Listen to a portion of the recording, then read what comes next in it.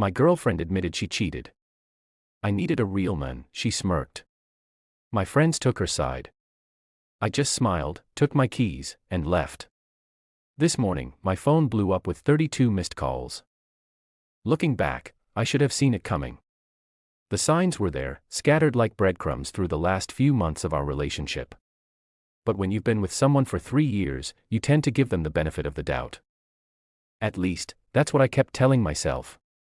It started with small things. Allison began working late more often, which wasn't unusual during busy seasons. But then came the new perfume I didn't recognize, clothes I'd never seen before appearing in our closet, and her phone suddenly becoming the sacred object that was never more than an arm's length away. I'm not the jealous type. Never have been. But something felt off. The way she'd pull away when I tried to hug her from behind while she was texting. How she'd step out to take calls, claiming they were work-related. The constant girls' nights with people whose names I'd never heard before. Last Tuesday, I was folding laundry when her phone lit up on the coffee table. A message preview from someone named Jay popped up.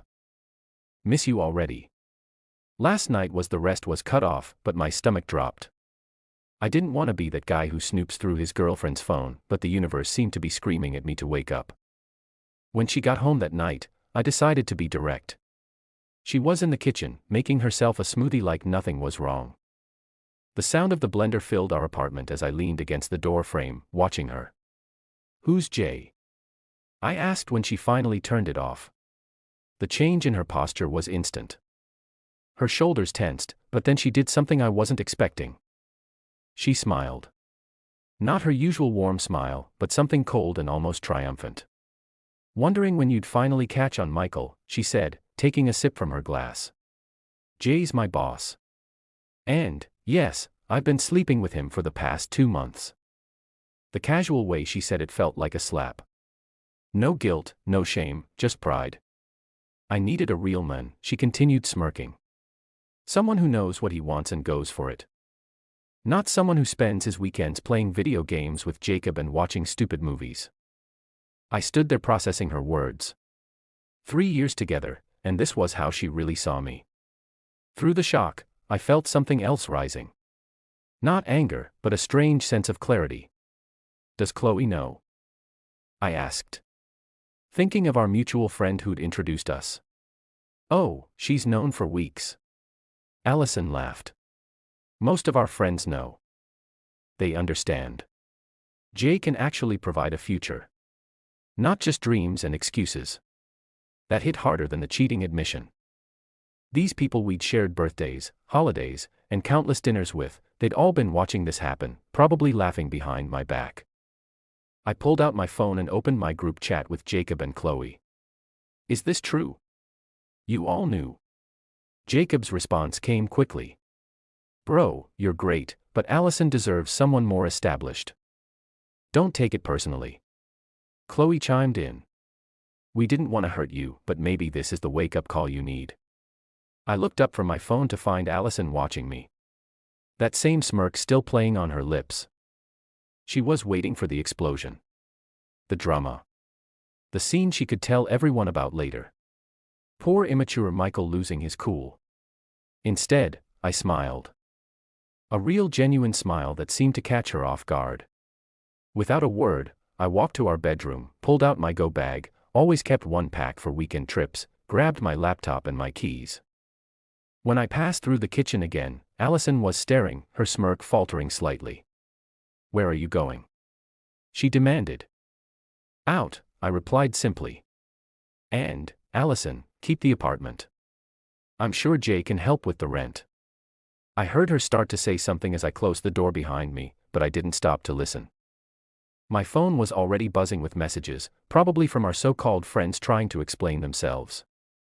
As I drove away, I turned my phone off and felt something I didn't expect. Relief. Sometimes losing everything shows you exactly what you never had in the first place. I had no idea where I was going, but for the first time in months, I felt like I was heading in the right direction. Update.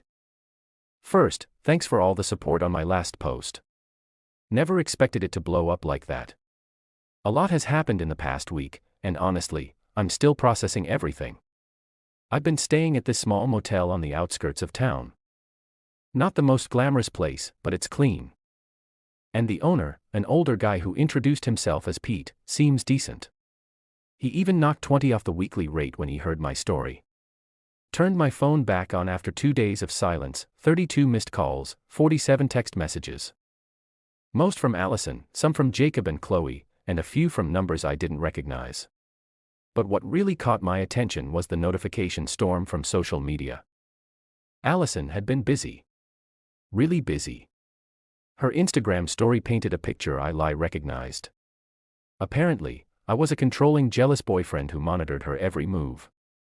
According to her posts, I emotionally manipulated her for years, isolated her from friends, and threw a violent tantrum when she finally stood up for herself. Each post had hundreds of sympathetic comments, including ones from people I thought were my friends. The crown jewel, a tearful video where she claimed I had financially abused her by making her split all our bills 50-50ths while I hoarded my money. Rich, considering she earned more than me and insisted on that arrangement herself. Then came the text from Gemma, a coworker I've known for years.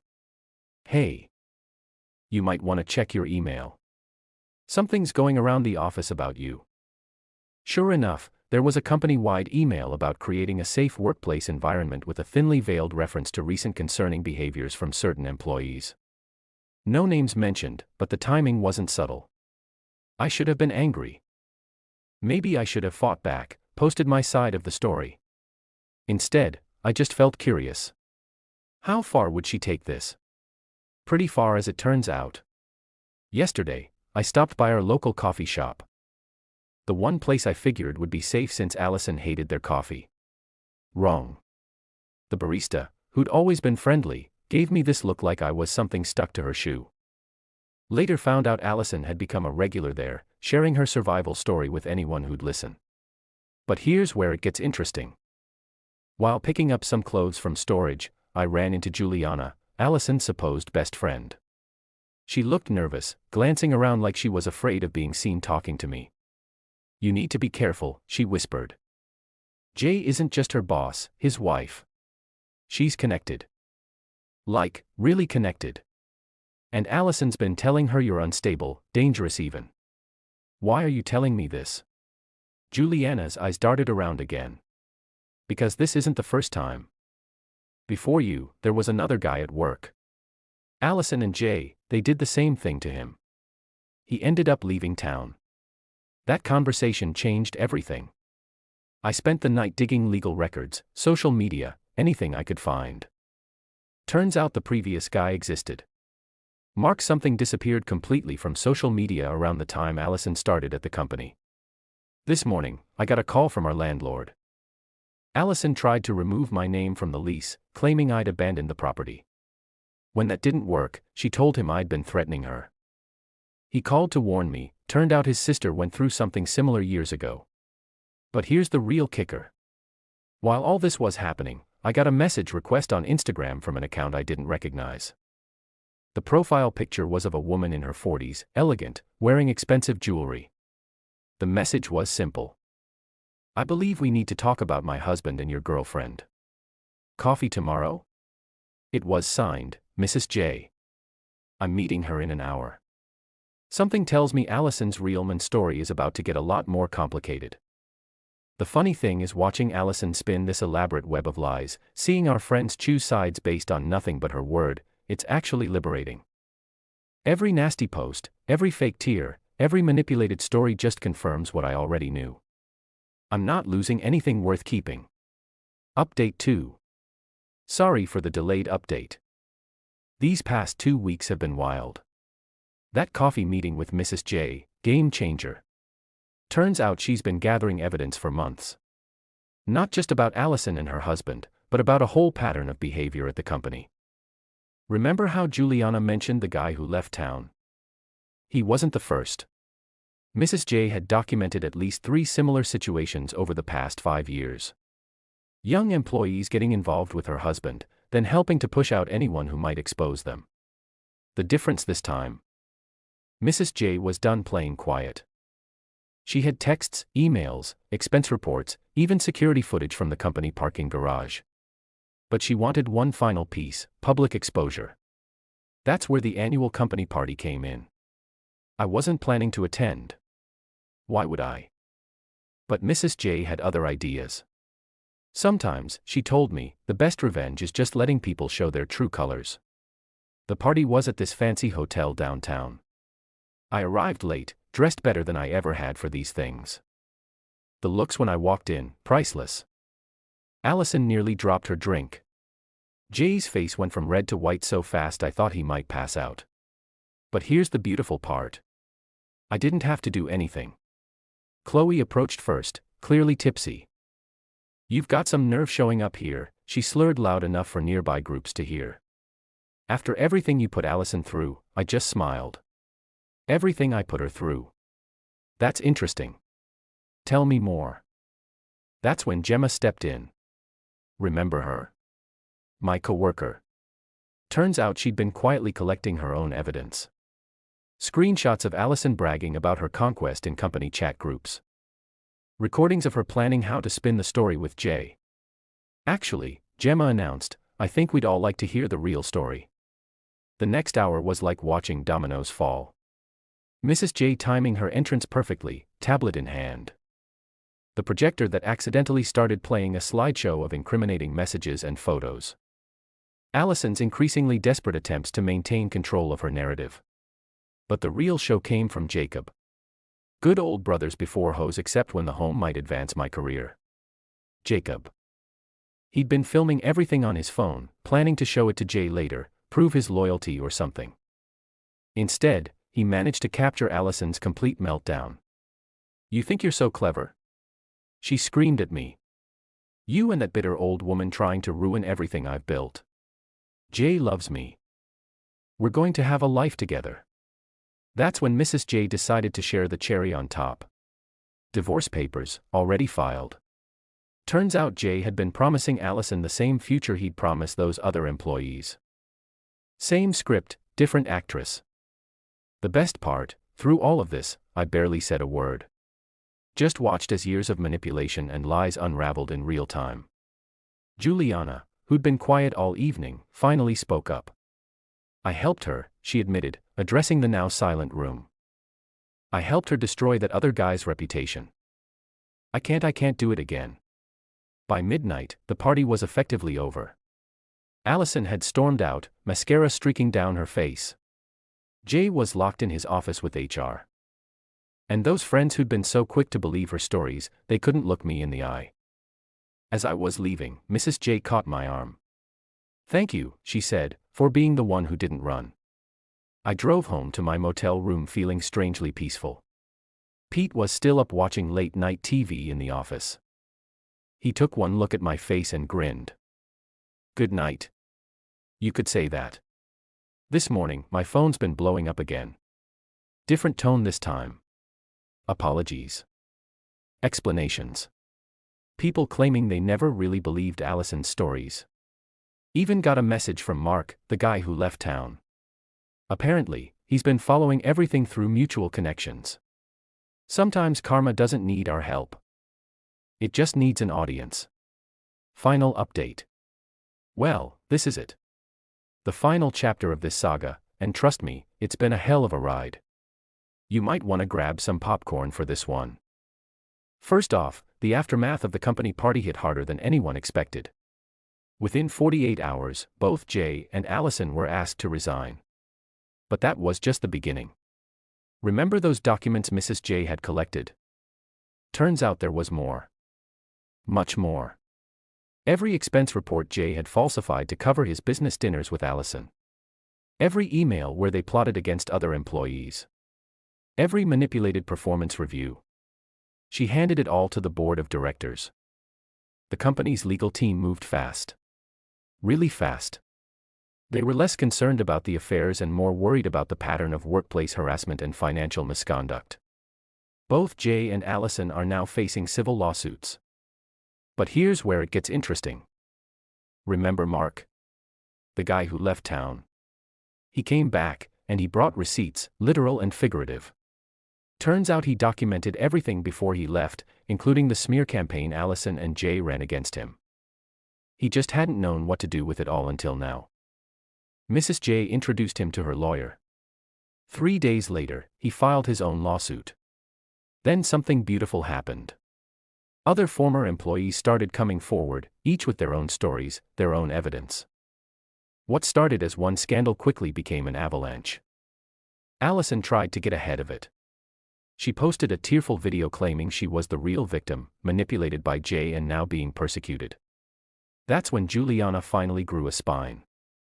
She posted the screenshots of their private chats, the ones where Allison bragged about her conquests and planned how to destroy people's reputations.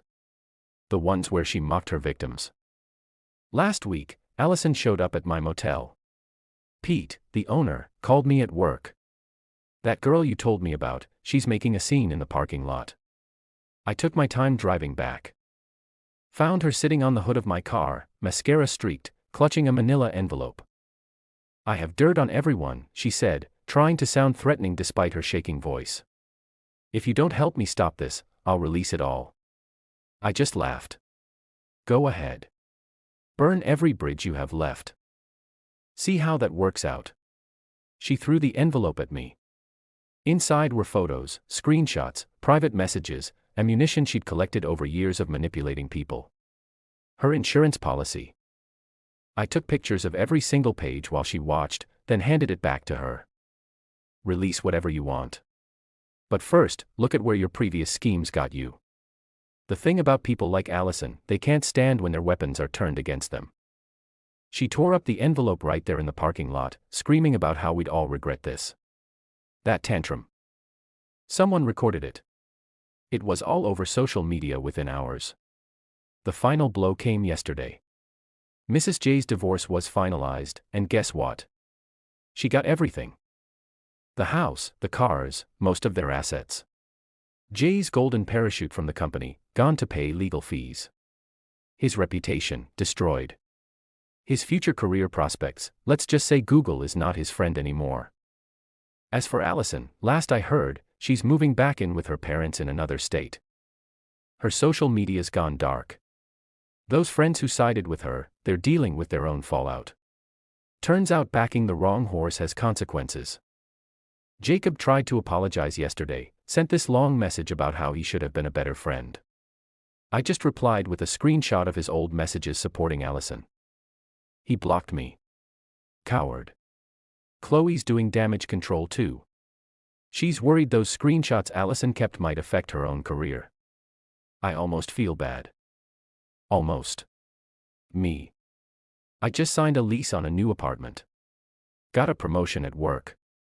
Funny how removing toxic people improves everything. And, yeah, I'm seeing someone new, taking it slow, doing it right. The best revenge isn't plotting or scheming. It's living well and letting people destroy themselves. But I won't lie. Watching it all burn has been pretty satisfying. This will be my last update. Thanks for coming along for the ride, Reddit. Remember, karma doesn't need your help. Sometimes you just need to step back and let people show their true colors. Share your thoughts in the comments section. Thanks for your precious time. If you enjoyed this story, then please make sure you subscribe to this channel.